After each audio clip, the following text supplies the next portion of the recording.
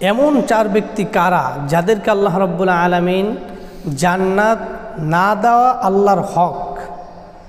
তাহলে এই নাফরমান চার ব্যক্তি কারা, আমরা আজকে সেই ব্যক্তি সম্পর্কে জেনে নেব।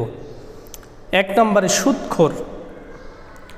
যে ব্যক্তি সুদ খায়, সুদে টাকা লাগায়, সুদি কারবারি করে এবং এই সুদ খেতে খেতে তার ইন্তেকাল হয়, আল্লাহ রাব্বুল আলামিন এই ব্যক্তিকে জান্নাত না দেওয়া আল্লাহর হক হয়ে যায়। দুই নম্বরে সুদখোর। যারা সুদ খায়, চাকরি দিতে গেলে সুদ, অমুক জায়গায় ইন্টারভিউ দিতে গেলে সুদ, যে কোনো কাজের জন্য যাও সুদ, মানে সুদের পর সুদ, এমন সুদ খেতে খেতে নিজের জীবনটাই শেষ হয়ে যায়, এমন ব্যক্তিকে আল্লাহ রাব্বুল আলামিন জান্নাত না দেওয়া তার হক হয়ে যায়। তিন নাম্বার, এতিমদের সম্পদ আত্মসাৎ করা। এখন মানুষ সম্পদশালী হওয়ার জন্য কার সম্পদ খাবে, কার সম্পদ ছাড়তে হবে, এগুলো খেয়াল করে না।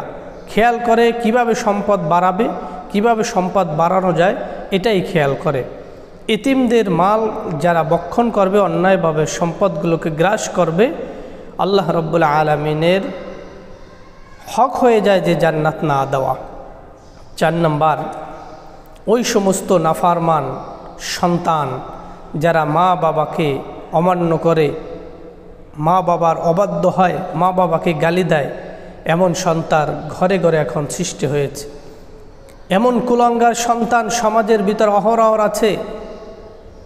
আমরা অনেকে বলতে পারি, অনেকে বলতে পারি না লজ্জায়, কিন্তু আল্লাহ রাব্বুল আলামিন বলেন যারা নাফরমানি করবে মা বাবার, যারা মা বাবার মনে কষ্ট দেবে, এই সমস্ত নাফরমান সন্তানদেরকে জান্নাত না দেওয়া আল্লাহর হক হয়ে যায়।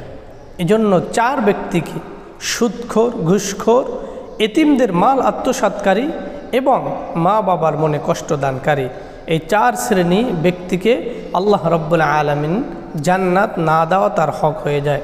এজন্য আসুন আমরা এই চার শ্রেণী থেকে বেঁচে থাকি। আল্লাহ রাব্বুল আলামিন আমাদের সকলকে এই চার শ্রেণী হওয়া থেকে বেঁচে থাকার তৌফিক দান করুন।